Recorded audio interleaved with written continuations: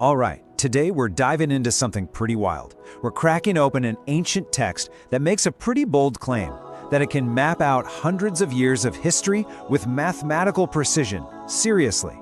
We're talking about a prophecy from the book of Daniel that supposedly lays out centuries of history before they even happened. So let's see if the math actually adds up. I mean, that's a pretty bold claim, isn't it? That's the big question we're digging into here. Can a prophecy that's, over 2,500 years old really contain a precise timeline for major world events? It sounds impossible. So let's investigate the calculations, the interpretations, and see how anyone could come to such an extraordinary conclusion. Okay, so the story kicks off with the prophet Daniel. He's praying about the future of his people. And suddenly, the angel Gabriel shows up and delivers this incredibly complex vision. It's basically a roadmap, a timeline spanning 490 years that supposedly wraps up with a new age of righteousness. But, and this is the key, how you read that timeline, well, that's where the debate really heats up. This prophecy is often called the 70 weeks. Now, it was given to Daniel right near the end of the 70-year Babylonian captivity. So you can imagine, he's just wondering when this exile will finally be over. And the answer he gets from Gabriel, it stretches way, way beyond his immediate question. So, if we're going to try and understand the literal interpretation of this whole thing, we absolutely need a clear starting point, right? Just like any countdown, you've got to know when to hit start. Finding that official command that gets the prophetic clock ticking is step number one in cracking this ancient code. And this is where it gets really interesting. See, there were actually several different decrees issued around this time, but the prophecy is super specific. It says the trigger is a command to restore and build Jerusalem. So people who take this literally, they point to a later decree, one from King Artaxerxes in 444 BC. Why that one? Because they argue it perfectly matches the prophecy's wording. It wasn't just about the temple, it was about restoring Jerusalem as a whole functioning city. So, this is the crucial moment. According to this specific interpretation, that decree from Artaxerxes is our starting gun. That date, 444 BC, is now locked in. The countdown can finally begin. All right, now let's get into the first major phase of this prophecy and see how it all builds from that starting point.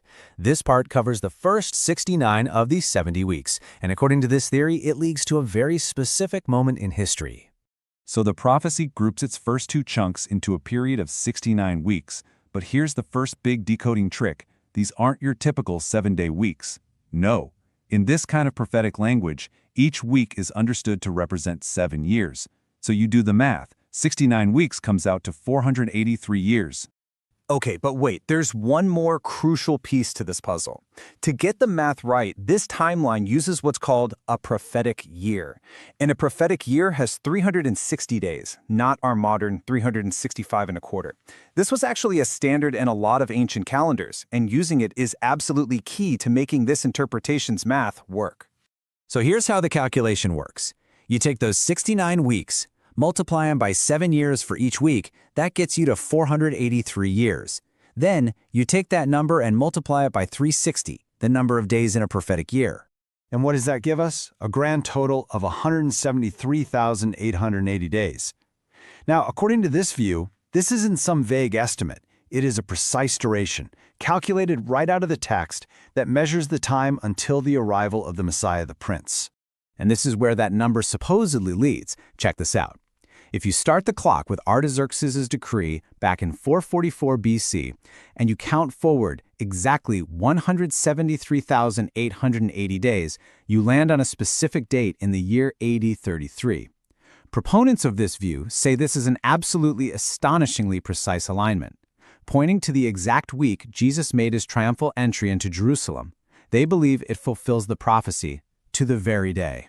But right here, at this massive climax, after 483 years have passed, the prophecy takes a really dramatic turn. Because in this interpretation, the clock doesn't just keep ticking into that final 7-year week. Nope. Instead, it's like someone hits a giant prophetic pause button. And here's the line from the prophecy itself.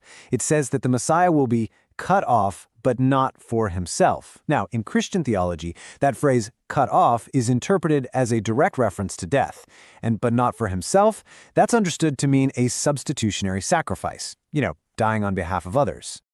Okay, so after this event, the prophecy also talks about the destruction of Jerusalem, which, as we know from history, happened in AD 70. This creates what's called a prophetic gap, a kind of undefined period of time between the 69th week and that final 70th week. In this theological view, this gap is known as the Age of the Gentiles, a time when God's prophetic focus shifts away from Israel and toward the rest of the world. So, what about that last piece, that final 70th week? Well, according to this same literal interpretation, that last 7-year period is still waiting for us, somewhere in the future. This final week is seen as a future 7-year period of, massive global upheaval. It's often called the tribulation. And the idea is that once this period is complete, the full 490-year cycle will finally be finished. And that, in turn, will kick off the Messianic age, that's prophesied era of global peace with the Messiah in charge. Okay, so now that we've walked through all the mechanics of that really precise literal view, we have to stop and address the big debate head-on. Is all of this really meant to be a mathematical timeline, or is there a completely different way to understand these numbers? And here are the two main schools of thought, side by side. On one hand, you have the literal view we just detailed. It sees a precise, predictive 490-year timeline. But on the other hand, you have the figurative view. This perspective sees the number 490 not as a calculator, but as a powerful symbol, a grand story about God's perfect plan for redemption and forgiveness. And this is a fantastic illustration of that figurative argument. You might remember in the New Testament, Jesus tells Peter he should forgive someone 70 times 7. Now, he didn't literally mean keep a spreadsheet and stop at 490, right? He meant that forgiveness should be complete, endless, abundant. And the argument here is that Daniel's prophecy is using that same number in the exact same powerful symbolic way. So, let's put the whole literal versus figurative debate aside for just a second. What was the ultimate purpose of this prophecy? Regardless of how you count the years, why was it even given in the first place? Well, the text itself actually outlines 6 huge goals, and you can kind of split them into 2 categories. The first 3 are all about dealing with the problem of sin, things like finishing transgression, making an end of sins, and creating reconciliation. Then, the next 3 are all about establishing a final, ultimate righteousness, bringing in everlasting righteousness, sealing up all prophecy for good, and anointing a most holy place or person. So, when you boil it all down, whether you see it as a literal calendar or a symbolic masterpiece, the prophecy's core message is pretty much the same. It's meant to provide a framework. It's a declaration that history isn't just a series of random accidents, but that it's all moving toward a final, redemptive conclusion. And that brings us right back to the central question. What do you think this is? Is it a divine roadmap, with dates and times literally locked into the fabric of history? Or is it a profound, sweeping metaphor for God's plan of spiritual restoration? The code has been laid out for you. The interpretation, well, that's yours to consider. Thanks for diving in with us.